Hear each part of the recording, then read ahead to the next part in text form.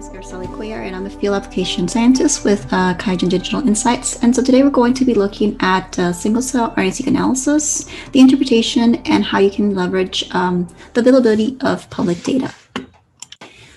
So single-cell RNA-seq enables researchers like you to assess transcriptional similarities and differences across thousands of cells within heterogeneous samples to discover complex and rare cell populations, uncover regulatory relationships between genes, and delineate cell lineages in development, for example. Now, because many of you are interested in different things when it comes to single-cell RNA-seq, today's session is divided into 3 parts. In the first part, we will look at how you can utilize QIAGEN Genomics Workbench to do your single-cell RNA-seq analysis, whether you are working with read files or a matrix, and generate different visuals for dimension reduction and expression.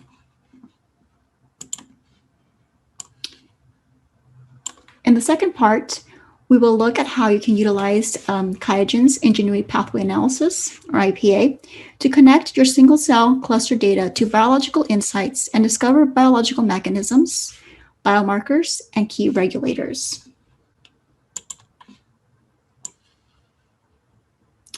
And in the third part, we will look at how you can utilize Omicsoft's large repository of public single-cell data to see how your biomarker or target of interest is expressed across different cell clusters, or identify cell clusters and data sets that are relevant to your tissue or disease of interest.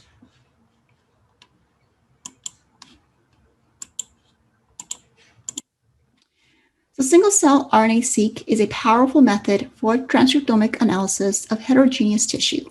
So when you are working with a biopsy, for example, the first thing you want to know is how many cell types are present in your tissue. Once you have your clusters, you may want to know what genes are differentially expressed to identify gene signatures. With CLC, you can easily generate visuals for clustering and expression that allow you to answer these questions and more. With cluster data from single cell, many users like you want to identify what biological pathways are activated within the clusters, or want to know what key genes are regulating expression within their data. By using IPA's powerful knowledge base, you can generate heat maps and identify the most significant pathways, whether they are activated or inhibited, and identify new targets or candidate biomarkers that are associated with your experimental data. Often, users like you want to compare their data with other published data. You identified an interesting target or a candidate biomarker in your single-cell data, and you want to know how it is expressed across different clusters, or you are interested in a particular tissue or a cell type and want to study its gene signature.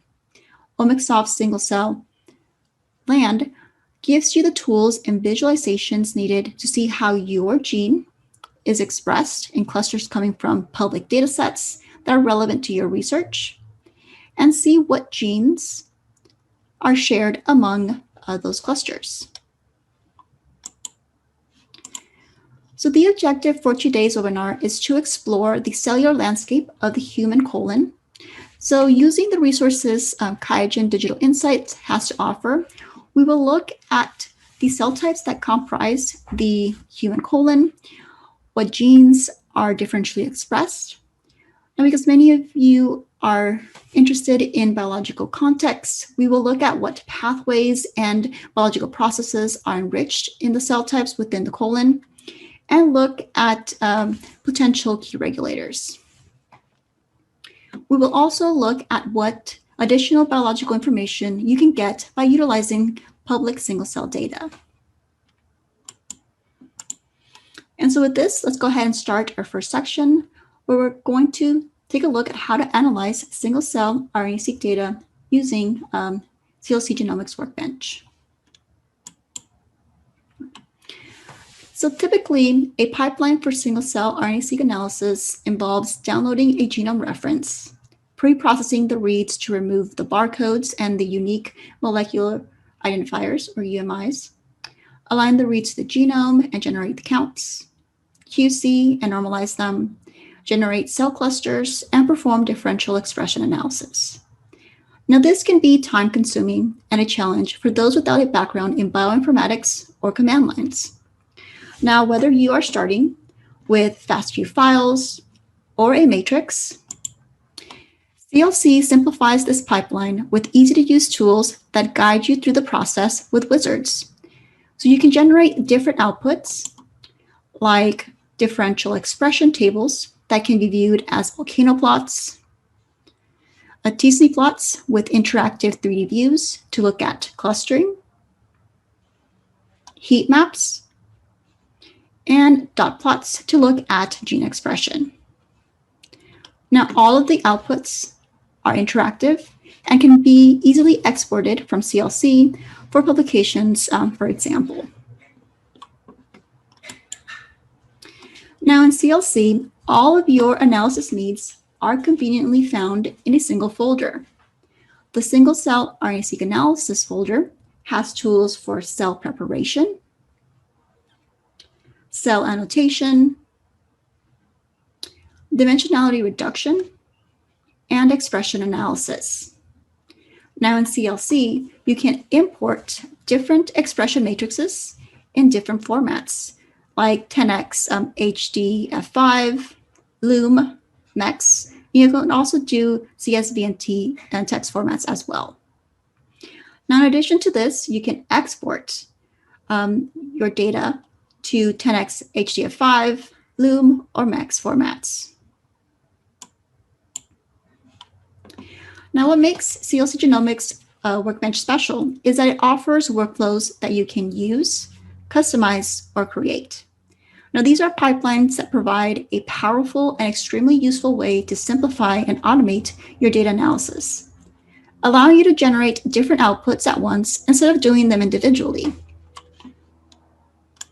Now, if you are working with reads, CLC makes it easy to automate your single-cell analysis by using a workflow. Now, I understand that many of you are new, and this may look like there's too many steps involved, but it's very straightforward and easy to use. So if you are a new user, you have a template that you can use to remove your barcodes and your UMIs, create your matrix, identify your clusters, visualize your clusters, and then look at expression. So you can see that even though it looks complex, it's actually pretty simple and is doing some pretty simple steps. If you are an experienced user, this workflow can be easily modified to better fit your research needs.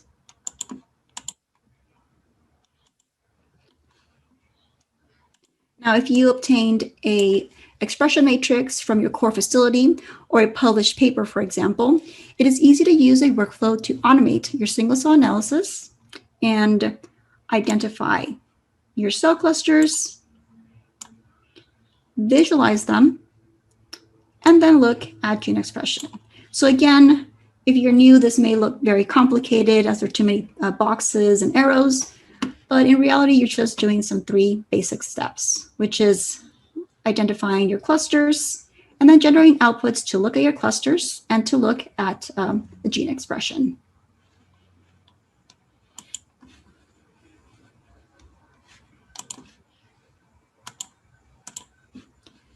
So let's say that you are studying the colon. So using an expression matrix as our starting point, we will analyze single-cell RNA-seq data of human colon tissue coming from healthy donors. So using CLC, we will look at the cell types that comprise the human colon and what genes are differentially expressed.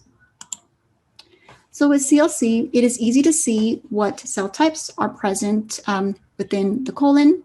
So clustering analysis using interactive and customizable UMAPs and t-SNE plots allow you to explore how your clusters are separated, visualize the cells per cluster, and then look at gene expression for further characterization of your annotated clusters.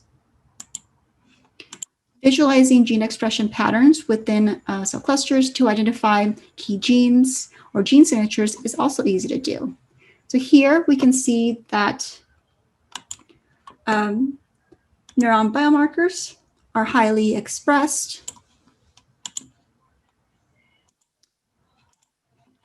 And these are also upregulated and significant in this volcano plot for neurons.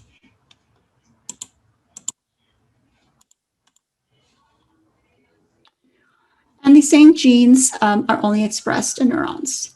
So by utilizing these different outputs, whether it's a heat map, a volcano plot, or a dot plot, you can identify key genes in your data. QIAGEN. Sample to insight.